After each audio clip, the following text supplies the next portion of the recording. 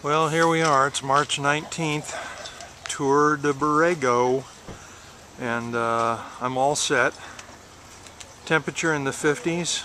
Wind kind of calm, but out by the Salton Sea earlier on my drive over here, the wind was howling.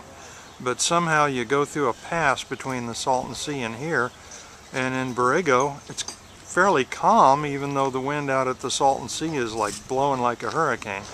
So anyway, Tour de Borrego, we're getting ready to go, and it looks like there's a fairly good turnout. This is the high school parking lot, and of course there's more cars than just what I just filmed because they're all lined up and parked along the street out here for a couple of blocks in each direction. So they're getting a pretty good turnout, and that's it. We'll talk to you later. And out to 78 and back again. Remember, the course is not closed, so if you see a stop sign, what do we do? Okay, we don't run it. Here's Ken. That was sort of the responses we got. Please stop, look both ways before you cross, because on Yankee there is some.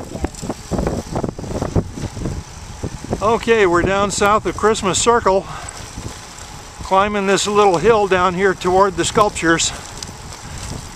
I can't remember the name of this street. Borrego Springs Road? Borrego Springs Road. Okay, that's Ken right ahead of me.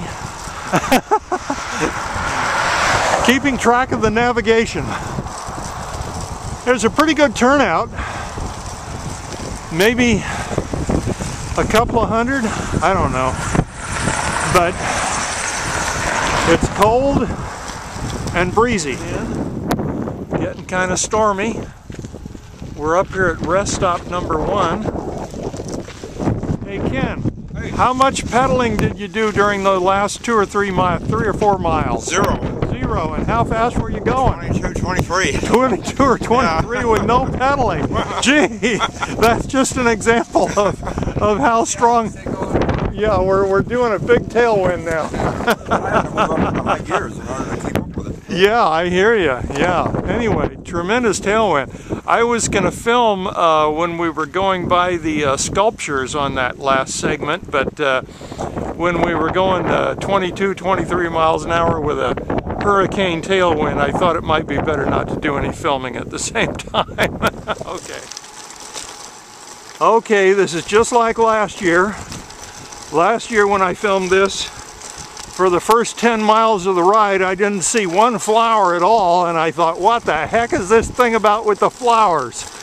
Well, for the first 10 miles of this ride, we're not going through the flower section, but it's just starting right now. I'm at mile 10, and I'm just starting to pick up a couple of little white and purple flowers off to the side of the road. But I know from experience that it gets a lot better here really soon. And there's Ken up ahead of me.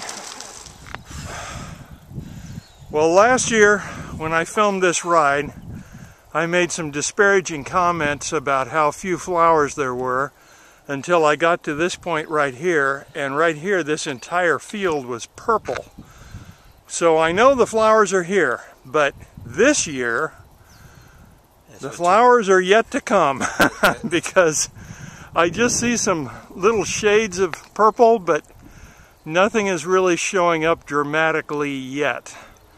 Now Linda, of course, will be down here next week, and she'll be riding this exact same ride, and maybe by that time the flowers might be in bloom, but they're not out yet because that field is still more yellow than it is purple. Yeah, maybe in another 3 weeks. Maybe in another 3 weeks. So we're just early this year, and the club ride down here next week will still probably be early, but my memory of this field from last year is this is where the flowers really show up. But this year, of course, there's nothing. Oh, just as a point of interest, when we got at the point on this ride where we were at the furthest point south, we felt like we were in a hurricane wind. It was blowing, and I know that Ken told you that we were riding downwind at 23 miles an hour, not even pedaling for goodness sakes, and that went on like for 3 or 4 miles. Well, anyway, fortunately we've lost the wind. Once we got off the peak that's down at the south end of this ride, the wind has calmed back down to... We've been going into the wind about the last 5 or 6 miles. Yeah. The wind is a much more manageable level now. Okay, here we go. Here's rest stop number 2. And oranges, water, banana, and peanut butter and jelly sandwiches. That's the best. So here's my peanut butter and jelly sandwich right there. Rest stop number 2 on, I think this is Henderson Road or something. Anyway, we're about ready to head over to the country club and ride through the country club. We've lost the wind. Hey, isn't that good news?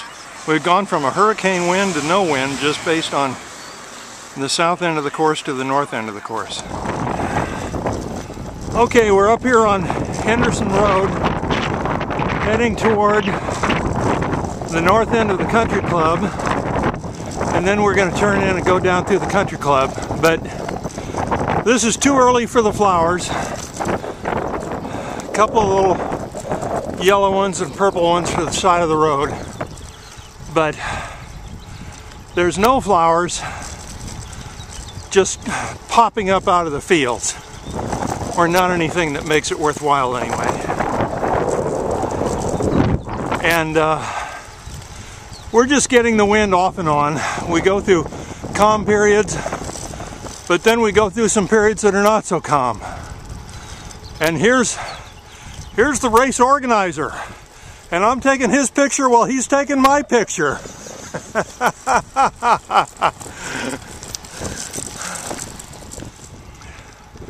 You can see that American flag in the center of the picture. Flag standing out straight. Kind of windy here today. A couple of flowers off to my right. I always tell my wife that if all the municipal bonds in California all default, we're either going to move to Bombay Beach on the Salton Sea, or we're going to come here. And I think she's going to opt to come here. Anyway, beautiful homes back through here. And anyway, that's it.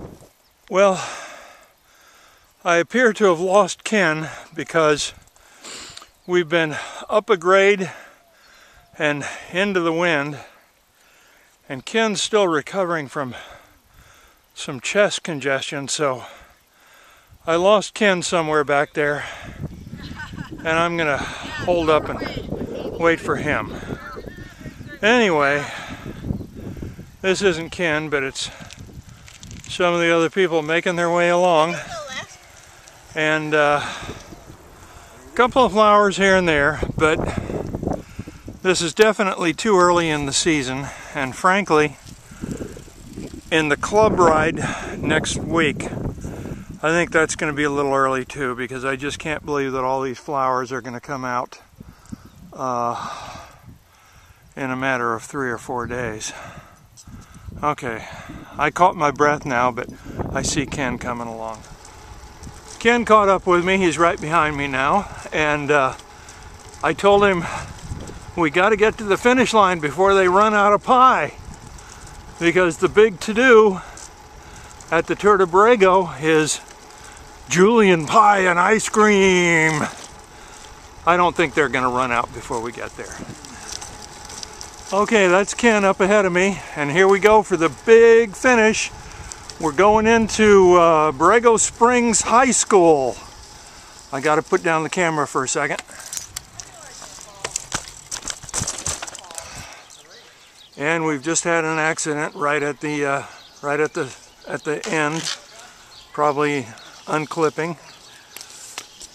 Yep. People coming to the rescue. And here we are, the big finish. Yay! I mean, I don't see anybody waving flags, but this is it.